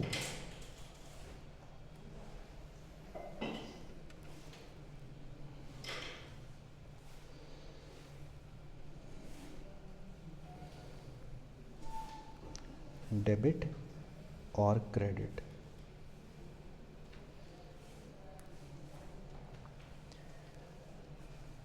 तो 2 कॉलम्स बना लेना आप। 2 कॉलम्स इसलिए बना लेते हैं क्योंकि हमें P&L 2 बार बनाना है, एक बार केस 1, हाँ, और एक बार केस 2। तो पर्टिकुलर्स, फिर केस 1 और केस 2, ठीक है। और आप लगभग लेंथ बना लो 10 लाइन तक की बना लो, 10 से 12 लाइन में आ जाएगा।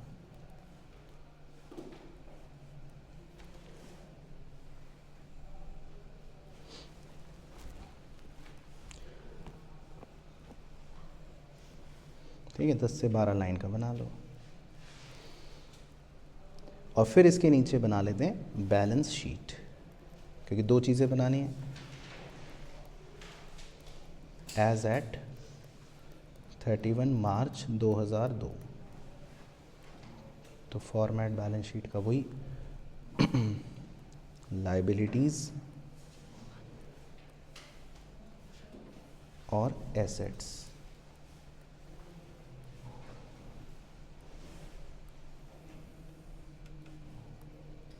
केस 1 और केस 2, केस 1 और केस 2।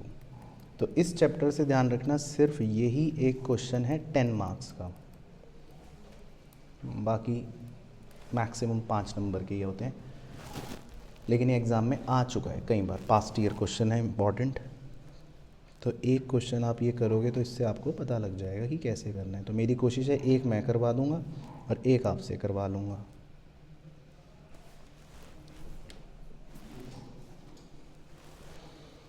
ठीक है, तो बैलेंस शीट का फॉर्मेट भी वैसे ही बना लो, केस 1 केस 2।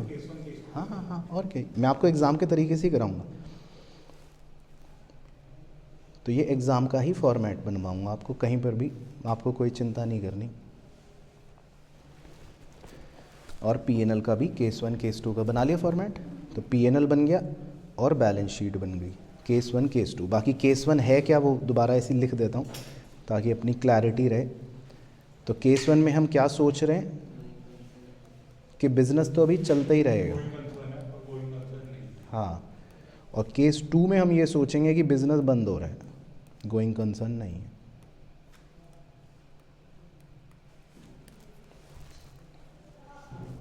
ठीक है, चलो तो शुरू से शुरू करेंगे, मतलब कोई भी जल्दीबाजी नहीं करेंगे। तो आप अगर बैलेंस शीट देखो, ट्रेडर की बैलेंस शीट देखो जो उसने दे रखी है, तो आपको बैलेंस शीट दे रखी है 31 मार्च 2001 की, है ना। 31 मार्च 2001 की दे रखी है। और हम जो अब बना रहे हैं वो बना रहे हैं 31 मार्च 2002 की। ठीक है, तो अब आप देखो, सबसे पहले एक आइटम यहाँ से शुरू कर रहा हूँ। ये वाला जो स्टॉक दे रखा है उसने 30,000 रुपये का, है ना। तो ये है 31 मार्च 2001 का स्टॉक, राइट। तो इसको अगर मैं अब 31 मार्च 2002 की अगर ईयर की अकाउंटिंग कर रहा हूँ, तो क्या मैं 31 मार्च 2001 वाले स्टॉक को ओपनिंग स्टॉक कह सकता हूँ, क्योंकि वो 1 साल पहले का है, राइट। जो पिछले साल का क्लोजिंग था वो इस साल का ओपनिंग होएगा। क्लियर हो गई सबको कहानी। तो हम सबसे पहले P&L में ये लिख लेते हैं ओपनिंग स्टॉक। P&L का मतलब यहाँ पर है ट्रेडिंग और P&L को मर्ज करके बनाना है, क्योंकि ट्रेडिंग हम अलग से नहीं बना रहे, क्वेश्चन ने मांगा नहीं है, तो हम ट्रेडिंग को भी इसके अंदर ही मर्ज कर रहे हैं P&L के अंदर। ठीक है, तो हम क्या लिख रहे हैं सबसे पहले, ओपनिंग स्टॉक। हाँ, तो ओपनिंग स्टॉक आप लिख लो, 30,000 दे रखा है, तो वो दोनों ही केसेस में सेम रहेगा, इस पे तो कोई फर्क नहीं पड़ने का।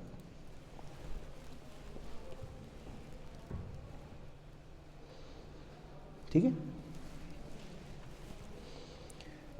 हाँ, अगला आइटम लिख लेते हैं, 2 परचेजेस। अब देखो परचेजेस उसने हमको दे रखी थी नीचे, पॉइंट नंबर 2 में, बी में टिक लगा लेता हूँ कि ट्रेडर की परचेजेस हैं और सेल्स भी दे रखी है। परचेज दे रखी है 4 लाख और सेल दे रखी है 4,50,000। ठीक है, तो ये भी लिख लेते हैं। तो परचेजेस लिख लो आप 4 लाख दोनों केस में, और बाय सेल्स 4,50,000। फिर एक लिख लेते हैं बाय क्लोजिंग स्टॉक।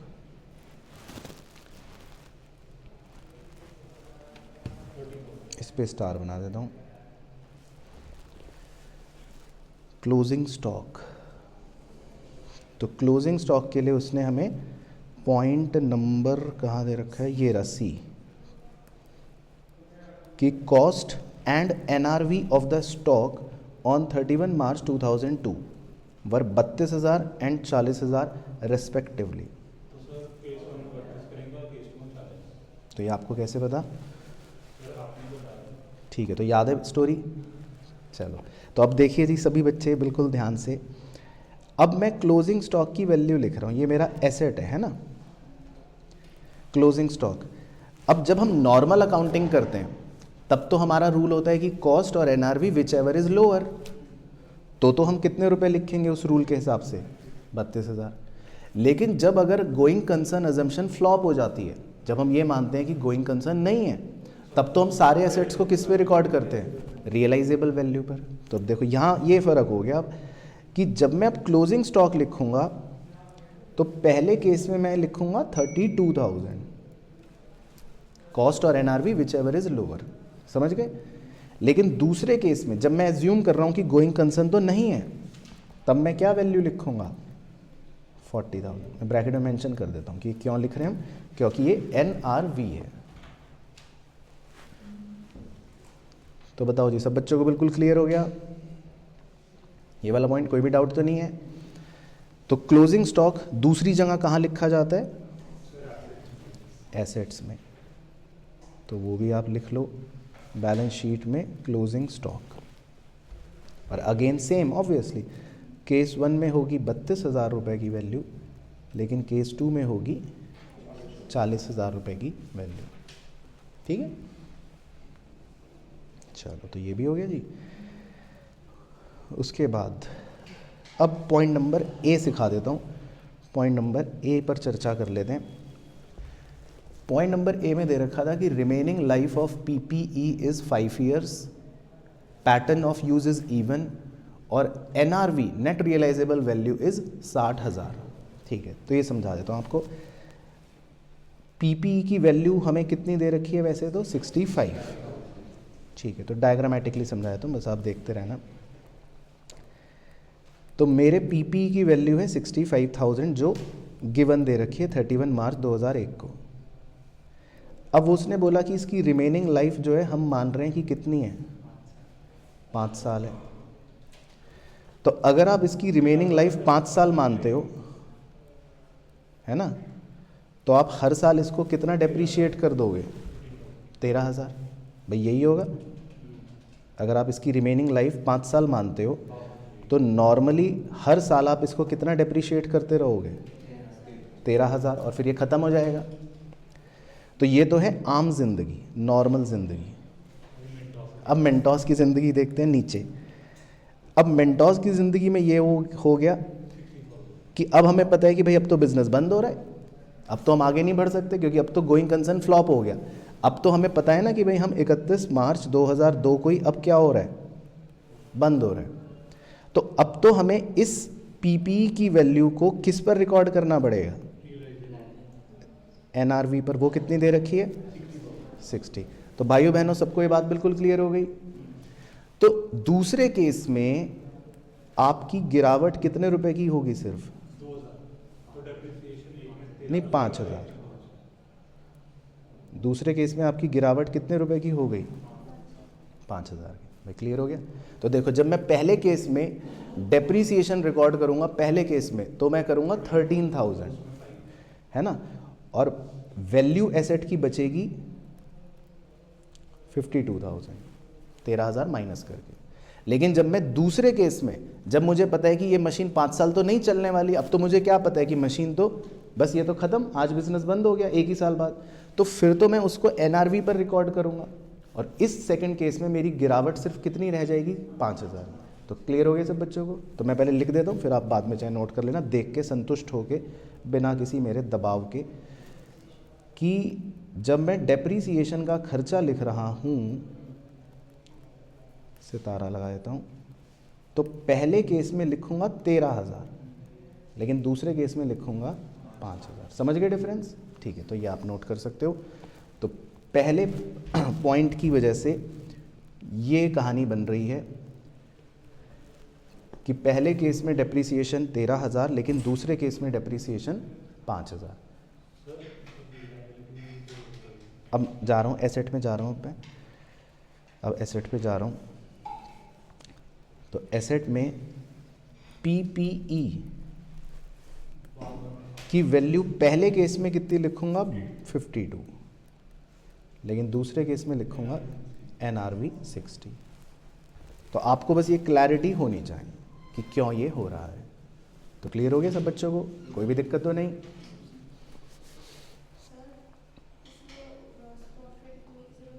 नहीं नहीं, वो तो छोटे बच्चे लिखते हैं, हम तो बड़े बच्चे हैं, हम तो सीधा नेट प्रॉफिट निकाल लेंगे, क्योंकि हम ट्रेडिंग अकाउंट तो बना ही नहीं रहे ना, तो हम ग्रॉस प्रॉफिट अलग से दिखाने की ज़रूरत नहीं।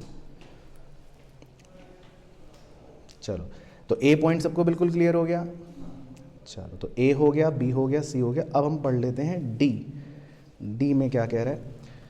डी में कह रहा है जी, expenses including interest on 10% loan 3500 for the year amounted to 14,900 रुपये। ठीक है, तो ये उसने हमें खर्चे बता रखे हैं, जिसमें 3500 इंटरेस्ट का भी खर्चा है। ठीक है, तो इससे वैसे कोई फ़र्क नहीं पड़ने वाला।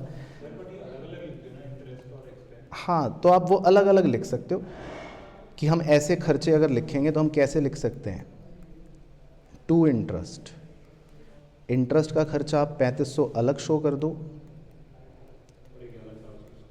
और टू अदर एक्सपेंसेस नाम देकर 11,400 अलग शो कर दो।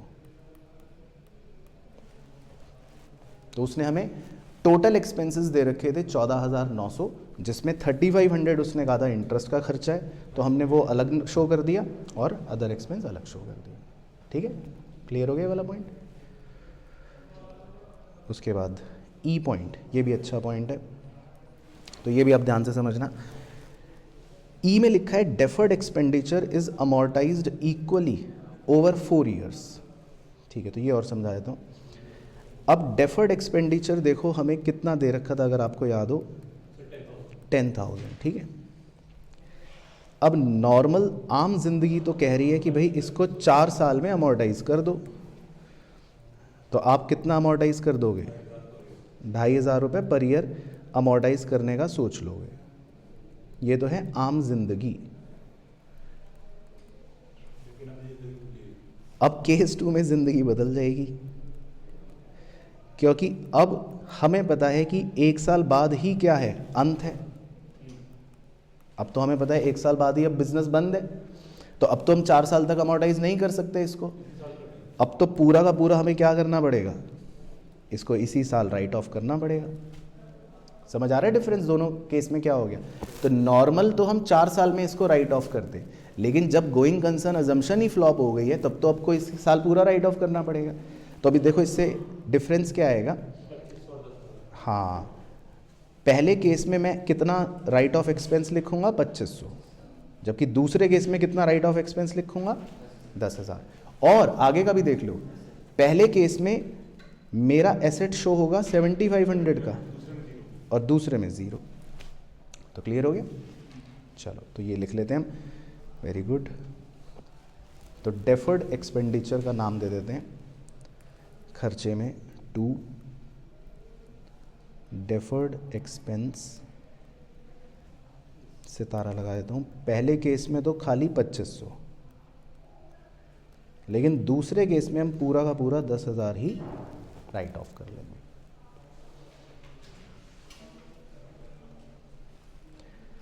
एंड कॉरस्पॉन्डिंगली एसेट पे चलते हैं। डेफर्ड एक्सपेंडिचर, पहले केस में बचा एसेट 7500 का, लेकिन दूसरे में कुछ भी नहीं बचेगा क्योंकि हम पूरा राइट ऑफ कर चुके हैं। सर लेकिन बिजनेस जो बुक वैल्यू कैलकुलेट करते हैं वो एक तरीके से यही होती है। कौन से केस में? अगर कोई बिजनेस होता है जैसे उसमें अपनी हाँ, हाँ, हाँ। पर शेयर बुक वैल्यू तो जब निकालते हैं भी तब भी तो गोइंग कंसर्न चल रही है। हाँ, एक तरह से। तो मतलब अगर किसी बिजनेस की बुक वैल्यू आपको निकालनी हो और वो बिजनेस हम मान रहे हैं कि बंद होने वाला है, तो फिर वो केस टू ही चल रहा है, एक तरह से केस टू ही चल रहा है कि आज की वैल्यूज़ क्या है। ठीक है, तो क्लियर हो गए यहाँ तक सारे पॉइंट। चलो अब अगला पॉइंट देखते हैं। अगले पॉइंट में है एफ में, ये भी ध्यान से पढ़ना, अच्छा पॉइंट है। देखो एफ में है कि हमारे ट्रेड रिसीवेबल्स थे, क्लोजिंग वैल्यू 25,000 दे रखे हैं, लेकिन उसने बोला 2,000 इसमें से हैं डाउटफुल। ठीक है, और ब्लू वाली कहानी ध्यान से पढ़ना कि collection of another 4,000 depends on successful reinstallation of a certain product supply to the customer. अब देखो 2,000 तो डाउटफुल हैं, वो तो मुझे पता है, लेकिन जो ब्लू वाली स्टोरी है उसमें लिखा है कि ये भाई साहब 4,000 रुपये तब देंगे जब मैं सक्सेसफुली री इंस्टॉल करूँगा। अब पहले केस में तो चलो मान सकता हूँ कि मैं लंबे समय तक बिजनेस कर रहा हूँ तो मैं री इंस्टॉल कर दूंगा, लेकिन दूसरा केस सोचो, जब गोइंग कंसर्न नहीं है, आज बिजनेस बंद हो रहा है, तो क्या मैं सक्सेसफुली री इंस्टॉल कर पाऊंगा? नहीं कर पाऊंगा। तो इसका मतलब ये है कि इस ब्लू लाइन का इंटरप्रिटेशन ये है कि पहले केस में ये 4,000 हमारे बैड डेट्स नहीं है, ये 4,000 हमें रिसीव हो जाएंगे पहले केस में, लेकिन दूसरे केस में जब बिजनेस बंद हो रहा है तब तो ये 4,000 भी बैड डेट्स हो जाएंगे, ये भी पैसा नहीं देगा मेरे को। समझ आ गया डिफरेंस? तो अब पहले मैं रिकॉर्ड करता हूँ फिर आप देखना। तो इसका मतलब ये हो गया कि जो मेरा प्रोविजन फॉर डाउटफुल डेट्स है, एक तरह से पहले केस में तो 2,000 है क्योंकि 2,000 लोग डाउटफुल थे, लेकिन दूसरे केस में जब मैं बिजनेस बंद कर रहा हूं तो ये महोदय भी 4,000 मुझे नहीं देने वाले, तो दूसरे केस में मेरे डाउटफुल डेट्स 6,000 हो जाएंगे। और डेटर्स में भी इसका इफेक्ट अभी दिखाते हैं, बट पहले आपको ये क्लियर हो गया, तो ये आप नोट कर लो। तो पहले केस में तो सिर्फ 2,000 ही डाउटफुल हैं, लेकिन दूसरे केस में क्योंकि हम बिजनेस ही बंद कर रहे हैं तो हम री इंस्टॉल तो कर नहीं पाएंगे, तो फिर ये 4,000 भी हमें डाउटफुल ही हो जाएंगे। तो इसका देखो इफेक्ट अब ट्रेड रिसीवेबल पर रिकॉर्ड कर लेते हैं। ट्रेड रिसीवेबल्स, सितारा लगा देता हूँ। तो 25,000 दे रखा था, तो पहले केस में तो 25,000 माइनस 2,000, और दूसरे केस में लेकिन 25,000 माइनस 6,000 19,000। तो क्लियर हो गया? चलो, तो यहाँ तक कोई भी डाउट तो नहीं है, यहाँ तक आपको समझ आया? अगला क्वेश्चन आपको अपने आप करना है तो कर लोगे। चलो ठीक है, अब आगे बढ़ते हैं। नेक्स्ट पॉइंट एफ बी हो गया। अब है जी।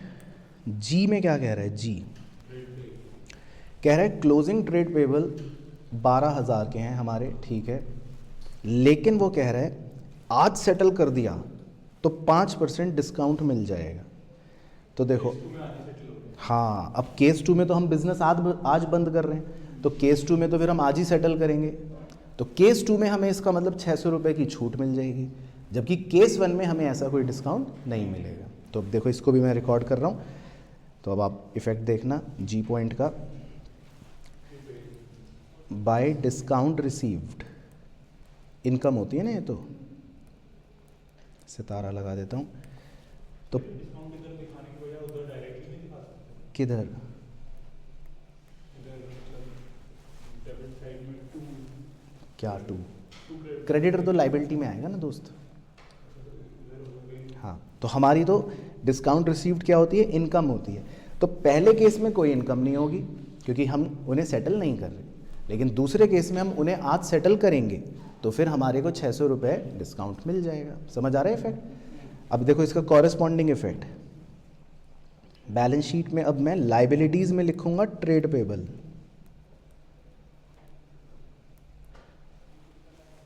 तो पहले केस में तो मेरी लाइबिलिटी 12,000 ही रहेगी, लेकिन दूसरे केस में 11,400।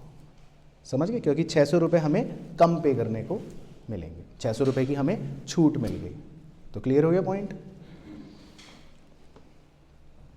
चलो इसके बाद जी नेक्स्ट पॉइंट है, जी के बाद एच, कैश बैलेंस है 37,100। तो ये तो सिंपल है, क्लोजिंग कैश बैलेंस है, तो ये आप एसेट ही हो गया सीधा, कैश 37,100, 37,100।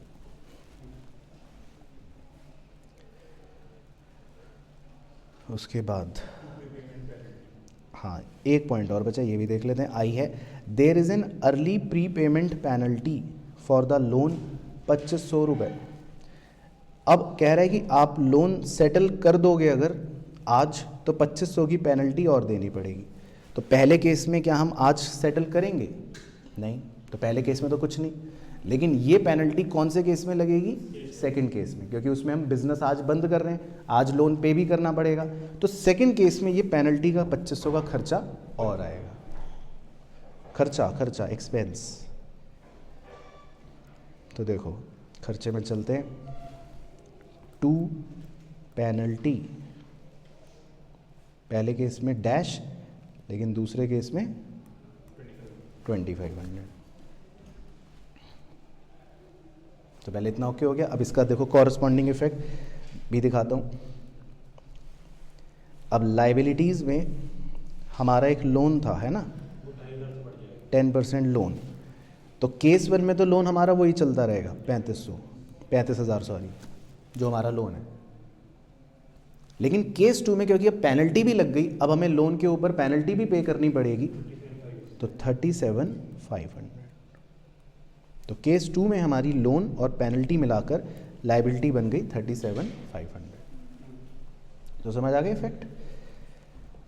चलो तो बस देखो सारे पॉइंट खत्म हो गए आई तक।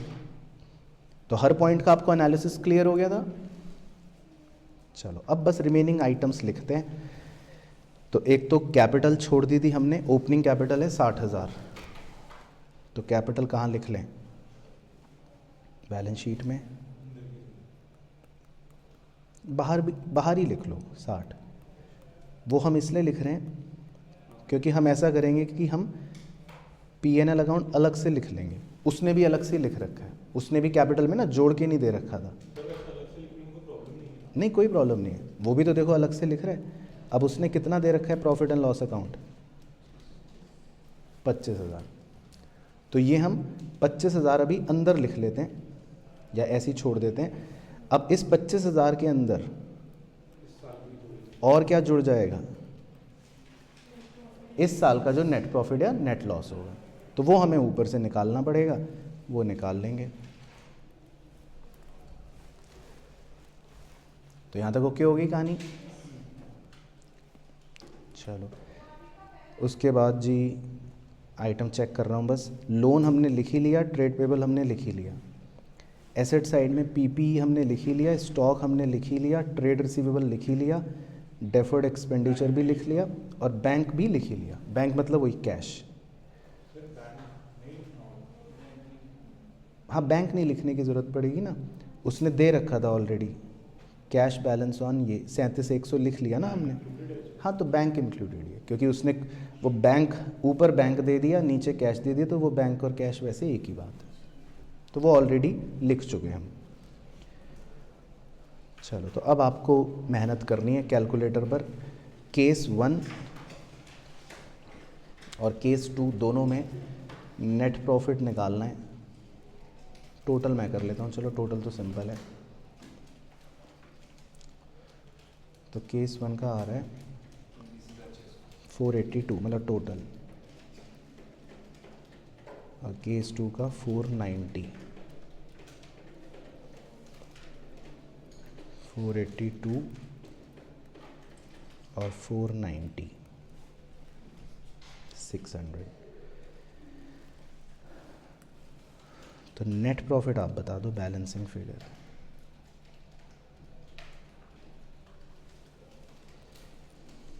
माइनस करके केस 1 का और केस 2 का।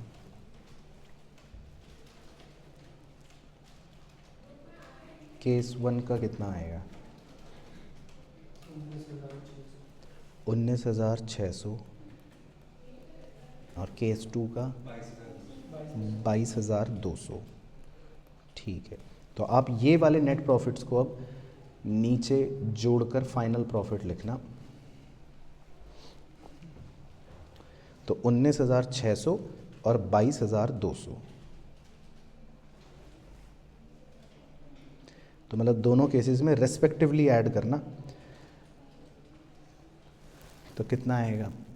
25,000 पहले से था, प्लस फर्स्ट केस में 19,600 और जोड़ लो तो 44,600, और दूसरे केस में 25,000 पहले से था प्लस 22,200, 47,200। अब माँ सरस्वती का नाम लेके बैलेंस शीट देखो, दोनों साइड मैच हो रही है। अगर हो रही है तो मैंने अच्छा पढ़ाया, नहीं हो रही तो आपकी गलती। तो पहले फर्स्ट केस में करके देख लो, फिर सेकंड केस में करके देख लो। ठीक है, तो बता दो केस 1 में टोटल 1,51,600 और केस 2 में 1,56,100। ठीक है, तो दोनों में बच्चे कह रहे हैं कि टोटल हो रहा है। ठीक है, तो केस 1 में भी तो टोटल तो हो ही जाएगा क्योंकि हमने डबल इफेक्ट्स करे हैं। बट लेकिन आपको समझ आया मेन क्वेश्चन का क्रक्स क्या रहा? तो एक बार हम मानते हैं गोइंग कंसर्न चल रहा है और एक बार हम मानते हैं कि नहीं चल रहा, फ्लॉप हो गया। तो बस हमारे पर्सपेक्टिव बदल जाएंगे, अकाउंटिंग सेम रहेगी। ठीक है, तो बिल्कुल क्लियर है सबको? तो नेक्स्ट अब क्वेश्चन एक आपको दिया जाए सेम, बोलो हाँ, वो तो करना ही है आपको। चलो ठीक है ना, तो आप हेडिंग डाल देना क्वेश्चन नंबर 4 है। तो पढ़ मैं लेता हूँ एक बार, फिर मैं आपके साथ लगा दूंगा इसको। एक बार एनालिसिस मैं कर लेता हूँ, फिर मैं यहीं डिस्प्ले कर दूंगा, डोंट वरी, आप आराम से करना। लेकिन पढ़ लेता हूँ, हाँ हाँ अभी क्लास वर्क में, तभी तो पता चलेगा कि कौन बच्चा कितना होशियार है। तो balance sheet of Anurag trading company on 31 March 2001 is given below. ठीक है, तो एक बार बैलेंस शीट पे आप नज़र फेर लो। कैपिटल है, P&L अकाउंट है, 10% लोन है और ट्रेड पेबल है। ठीक है, एसेट में PPE है, स्टॉक है, ट्रेड रिसीवेबल है और वही डेफर्ड एक्सपेंडिचर है और बैंक है। तो मतलब बिल्कुल सेम है, बस फिगर बदल दी। एडिशनल इन्फॉर्मेशन पढ़ लेते हैं एक बार, 1 बाय 1 इसकी चर्चा कर लेंगे। फर्स्ट है remaining life of PPE is 5 साल with even use, NRV of PPE is 64,000। तो ये सेम पॉइंट हो गया बिल्कुल। Second, firm sales and purchases during the year amounted to 5 lakh and 4.5 lakh, ये भी सेम पॉइंट हो गया, इसमें किसी को डर तो नहीं। Third, cost and NRV of the stock were 34,000 and 38 respectively, ये भी same. Fourth, general expenses for the year were 16,500, तो ये एक्सपेंस हो गए। Fifth, deferred expenditure is normally amortised equally over 4 years, तो ये भी same. Sixth, out of the trade receivables worth ₹10,000, collection of 4,000 depends on the successful redesign of a certain product supplied to the customer, तो ये भी same. Seventh, closing trade payable is 10,000 which is likely to be settled at 95%, तो इसमें आपको 5% का discount मिल जाएगा। और seventh, there is a pre payment penalty of 2,000 for the bank loan, तो ये भी सेम।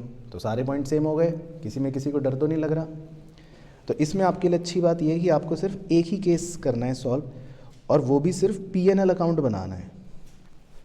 तो ये छोटा क्वेश्चन था एग्जाम का, तो खाली P&L अकाउंट बनाना है, और वो भी क्या एज्यूम करके, नॉट गोइंग कंसर्न।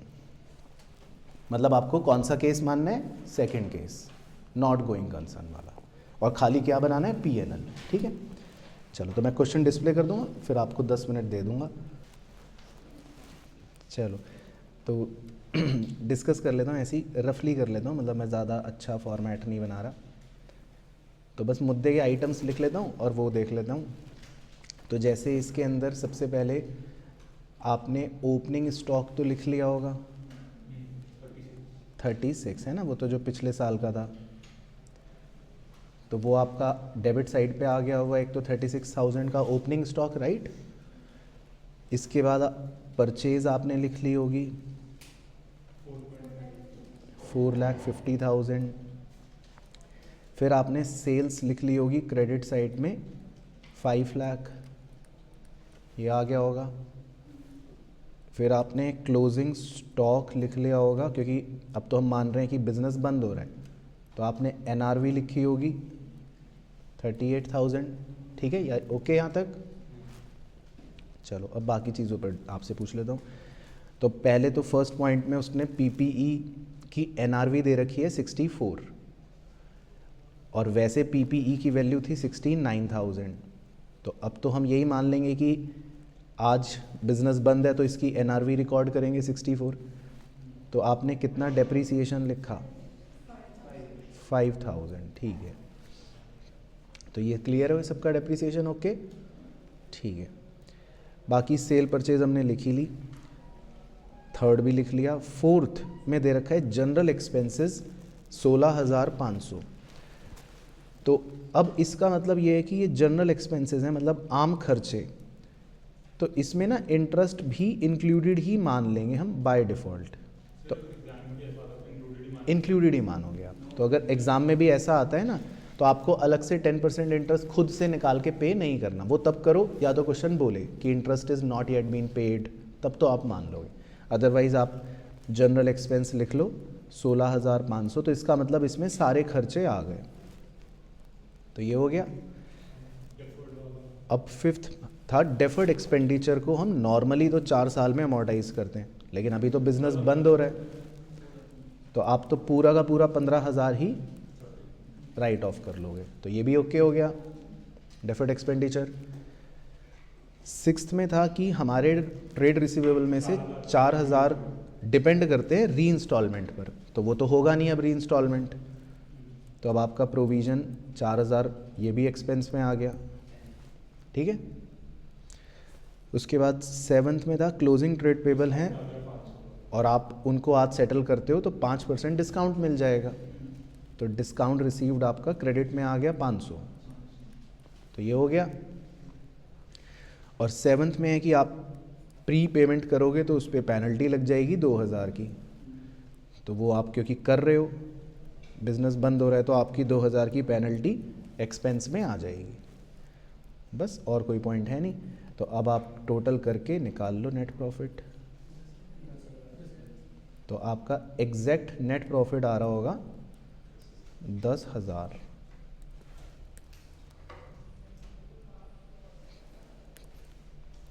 तो यही आ रहा है सबका? चलो ठीक है, तो बिल्कुल सही आ रहा है। तो यही था इसका मतलब आंसर भी 10,000। ठीक है, तो क्लियर हो गया, अब सबको समझ आया, कोई भी दिक्कत तो नहीं?